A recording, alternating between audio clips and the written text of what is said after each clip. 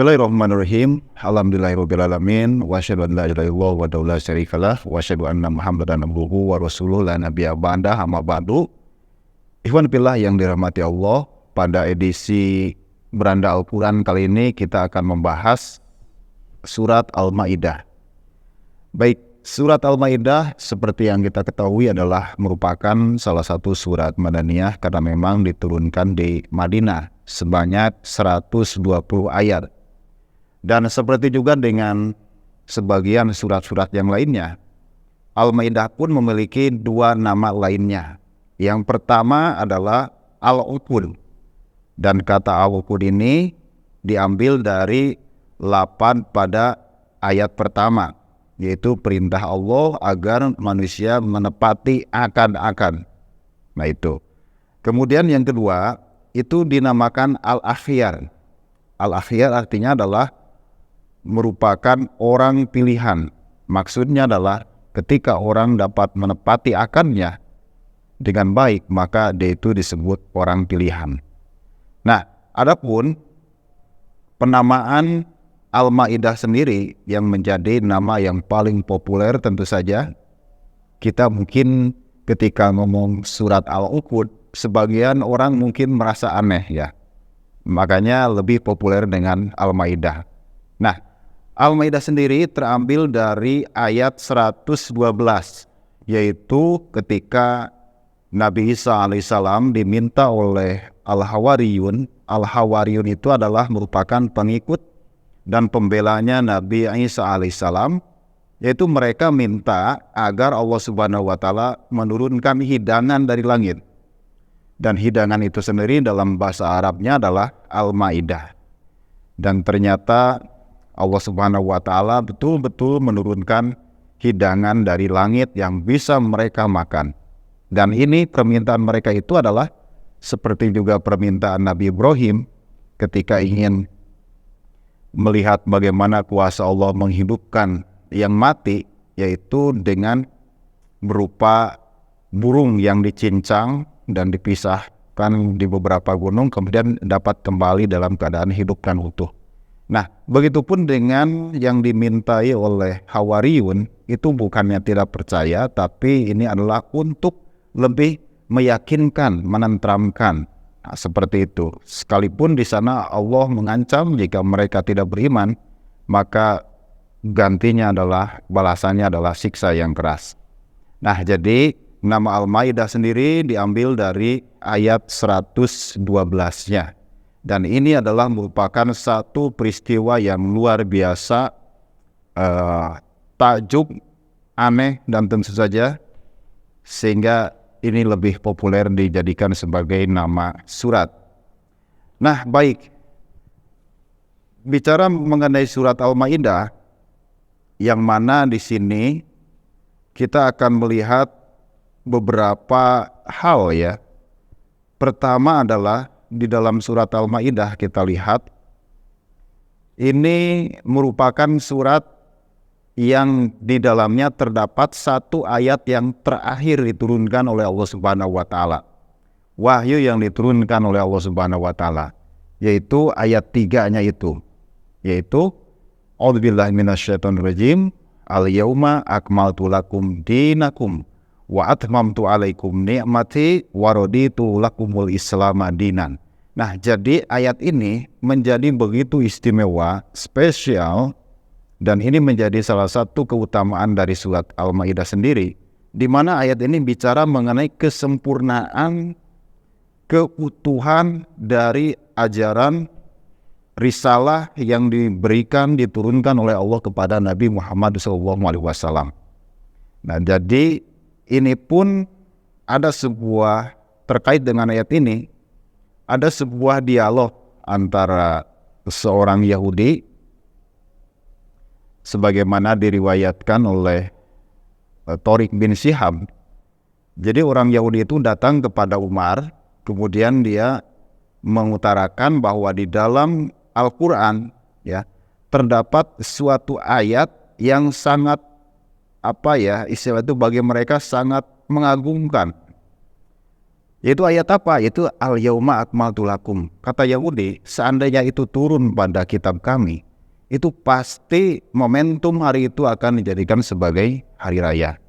Nah, kemudian Umar menjawab bahwa aku tahu persis kapan di mana ayat itu turun. Dan ayat itu memang turun pada hari Arafah, ya, hari Jumat sore. Nah, tapi faktanya memang para sahabat, Umar dan yang lainnya tidak pernah merayakan hari itu. Nah, itu. Dan yang paling esensi dari ayat itu adalah di sini Allah bicara mengenai kesempurnaan ajaran Islam itu sendiri. Jadi sudah tuntas ajaran Islam itu, tidak ada hal yang perlu modifikasi, ya, untuk hal-hal yang tentu saja sifatnya itu yang sudah jelas juklak juknisnya, menyangkut akidah dan sebagainya. Nah, kemudian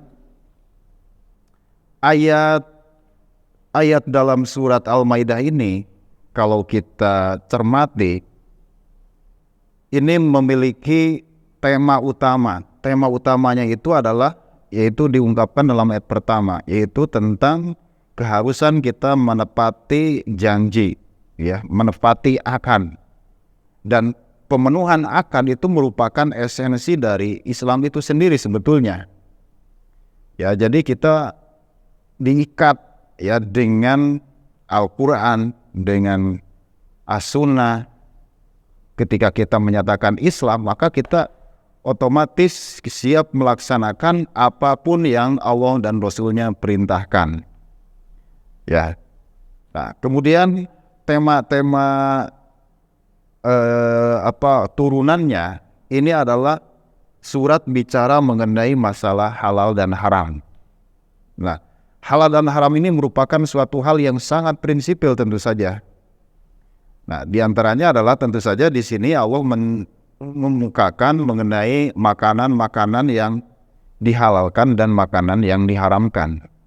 Kenapa? Karena memang kebutuhan manusia, kebutuhan dasar manusia itu pada dasarnya adalah makan. Nah, maka di sini Allah memberikan rambu-rambu kepada manusia, mana yang boleh dimakan, mana yang tidak boleh dimakan. Yang pasti jumlah yang boleh dimakan itu lebih banyak ketimbang yang tidak boleh dimakan. Nah, jadi itu masalah yang sangat penting sekali, yaitu masalah hukum halal dan haram. Apalagi tentu bagi kita sebagai umat Islam meyakini bahwa apa yang kita makan sesungguhnya akan memiliki dampak terhadap perilaku dan tindakan kita. Yang kita makan haram, maka itu akan mengantarkan pada perbuatan yang haram. Yang kita makan baik, maka itu akan mampu mengantarkan kita untuk beramal soleh.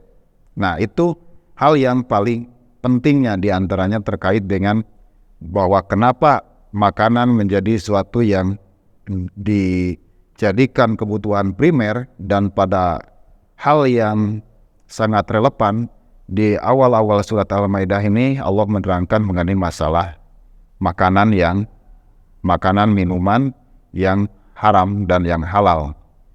Nah, kemudian pada surat Al-Maidah juga ini bicara mengenai masalah keluarga dan pernikahan. Jadi berisi tentang syariat juga. Kemudian berisi mengenai masalah ibadah. Nah, ini jelas sekali pada ayat 6-nya mengenai ibadah, sholat dan wudu.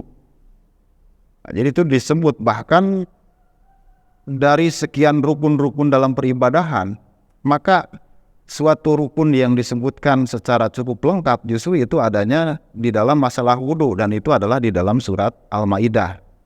Yang disebutkannya itu ini memang rukun wudu yang wajib, ya, yaitu mencuci muka, mencuci tangan, mengusap kepala dan membasuh kaki. Yang lainnya adalah merupakan sunanul wudu, rukun-rukun wudu yang sunnah. Nah, jadi bab ibadah di sana disampaikan. Kemudian bab masalah persidangan, persaksian, nah itu Allah ungkapkan juga di dalam Al-Maidah, ya, ayat 8, 33, 34, 38, kemudian 42 sampai 50. 106, 107, 108. Nah, itu masalah hukum, persidangan, dan persaksian. Kemudian juga Al-Maidah ini bicara mengenai pengaturan hubungan antara kaum muslimin dengan para pemeluk agama-agama lain. Dalam hal ini ahlul kitab, yaitu Yahudi dan Nasoro. Itu ayat 5, ayat 51, dan ayat 57. Nah, kemudian yang paling istimewa dari surat Al-Maidah ini adalah bahwa surat ini merangkum apa yang disebut dengan 5 maqasidus syariah. Ya. Jadi 5 maqasid syariah ini dituangkan secara lengkap di dalam surat Al-Maidah. Pertama misalkan bahwa maqasidus syariah itu yaitu hifduddin, yaitu memelihara, menjaga terhadap agama. Nah itu ada di dalam ayat 54. Itu menjaga agama itu merupakan suatu hal yang harus diprioritaskan walaupun harus dengan perang. Nah itu yang paling pokok. Kemudian yang kedua, di dalam Al-Maidah pun dijelaskan mengenai hifdun nafs, yaitu penjagaan, pemeliharaan terhadap jiwa. Itu ada di ayat 32. Yaitu bertindak sewenang-wenang terhadap jiwa yang dilindungi. Nah itu kemudian yang ketiganya, dalam Al-Maidah pun bicara mengenai hifzu akal, yaitu menjaga akal. Bagaimana akal agar terjaga dengan waras, dengan benar, ya. Maka di sini Al-Maidah mengharamkan homer, karena homer itu adalah merupakan salah satu yang akan menjadikan akal kita rusak. Nah, dan ini cukup menarik terkait dengan homer, ya. Jadi semula Allah wahyukan ya terkait homer itu, la taqrabus shalah wa antum sukaro, jangan minum arak, jangan kamu sholat ketika kamu sedang mabuk. Nah itu belum secara tegas ya. Nah tegas-tegasnya itu adalah di dalam surat Al-Maidah. Nah dan ini adalah sebagai salah satu bentuk tujuan syariat itu adalah menjaga akal, hifdzul akal. Maka untuk itu Allah memberlakukan pengharaman terhadap akal. Menjaga jiwa, Allah melarang orang bertindak sewenang-wenang yang akan mencelakakan, membahayakan nyawa. Nah kayak gitu ya. Kemudian berikutnya hifdun nasl, ya. Nah hifdun nasl ini bisa dilihat di ayat 5, yaitu pengharaman hubungan antara laki-laki dan perempuan sebelum pernikahan. Nah, jadi bentuk proteksi pemeliharaan Allah untuk yang berkenaan dengan an-nasl. Nah maka Allah mengharamkan perzinahan dan membolehkan seorang menyalurkan hawa nafsunya dengan jalan pernikahan. Nah kita bayangkan kalau misalkan perzinahan itu tidak diharamkan, maka akan banyak sekali korban-korban tentu saja atas kebencian nafsu seksual itu. Maka Allah memelihara manusia, ya, keturunannya ya, dengan berupa apa? Pengharaman zina. Kemudian yang kelimanya di dalam Al-Maidah pun terkandung salah satu maqasidus syar'i.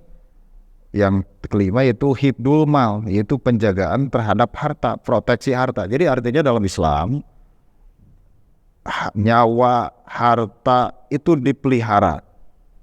Nah itu di dalam ayat 38-nya, yaitu mengenai masalah pensyariatan hudud, tindakan atau hukum kriminal, pidana kriminal atas perlakuan mencuri. Nah jadi pencurian itu oleh Allah ya disanksi dengan apa? Dipotong tangan. Itu untuk apa? Itu untuk supaya setiap orang merasa aman ya hartanya dari perampasan, gangguan orang lain. Nah, maka ketika hukum itu ditegakkan, ya, maka orang akan berpikir beberapa kali untuk melakukan pencurian. Nah, jadi disinilah uniknya yang luar biasa dari surat Al-Maidah, karena menghimpun dari 5 maqasidus syar'i itu.